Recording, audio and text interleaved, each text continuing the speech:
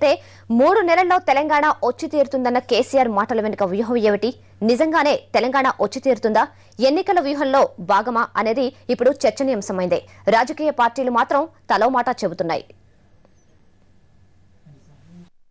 TRS నిజమైన తెలంగాణ కోసం నిలబడ్డ పార్టీని గెలిపించాలని చెప్పి పర్కాల మేధావి లోకానికి, పర్కాల ఉద్యోగ ఉపాధ్యాయ న్యాయవాద వైద్యులకు, మా విద్యార్థి యువమిత్రులకు, రచయితలకు, కళాకారులకు అందరికీ కూడా నేను శిరస్సు వచ్చి వినయపూర్వకంగా మనవి చేస్తా ఉన్నా. ఇలా పర్కాలలో టీఆర్ఎస్ భారీ విజయం కాంగ్రెస్ ను కదిలిస్తుంది. ఖచ్చితంగా సోనియా గాంధీ దిగివచ్చి రాబోయే 2-3 నెలల్లోనే తెలంగాణ ఇచ్చేటువంటి పరిస్థితి కూడా పర్కాల తీసుకురావాలని నేను కోరుతా ఉన్నాను.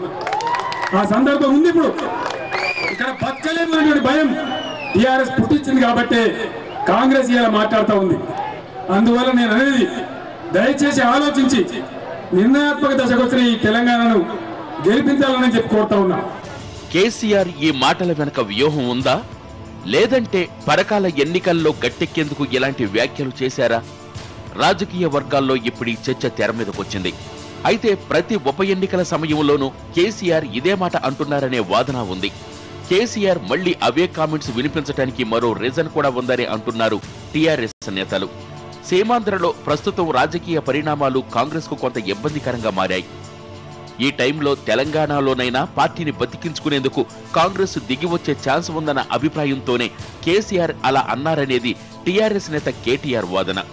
పరకాల ఉప ఎన్నిక తర్వాత ఖచ్చితంగా సీమాంధ్రలో కాంగ్రెస్ పార్టీ ఎట్లాగూ నానాటికి కొట్టుకుపోతా ఉందన్న విషయం వాస్తవం.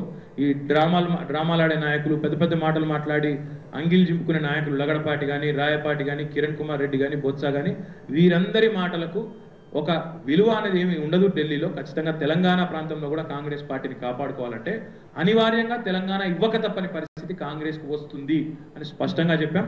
దానికి కట్టుబడి ఉన్నాం. అనివార్యంగానే కాంగ్రెస్ పార్టీ తెలంగాణ ఇవ్వక తప్పని పరిస్థితిని ఇవాళ కల్పించింది టీఆర్ఎస్. రేపు పరకాల్లో కూడా మేము ప్రజలకు అదే విజ్ఞప్తి చేస్తా ఉన్నాం. తెలంగాణ రాష్ట్ర సమితి గెలుపు ద్వారా కాంగ్రెస్ అధినాయకత్వానికి ఒక గొప్ప సందేశం ఇచ్చినట్టు అవుతుంది.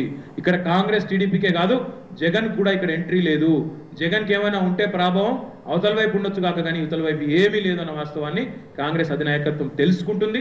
తప్పకుండా అనివార్యంగా, ప్రేమతో కాదు, అనివార్యంగా తెలంగాణ ఇవ్వక తప్పని పరిస్థితి వస్తుందని కేసీఆర్ గారు చెప్పారు. 100% దానికి కట్టుబడి.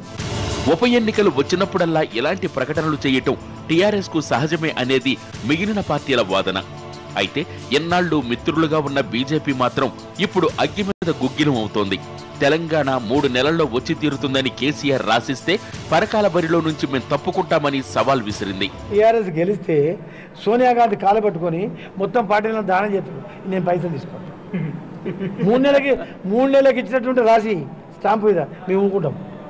మరి ఉప ఎన్నికల తర్వాత రాజకీయ ముఖచిత్రం మారి తెలంగాణ వస్తుందా? టీఆర్ఎస్ మాట గెలుస్తుందా? బీజేపీ సవాల్ నిలుస్తుందా? ఇది నిజంగా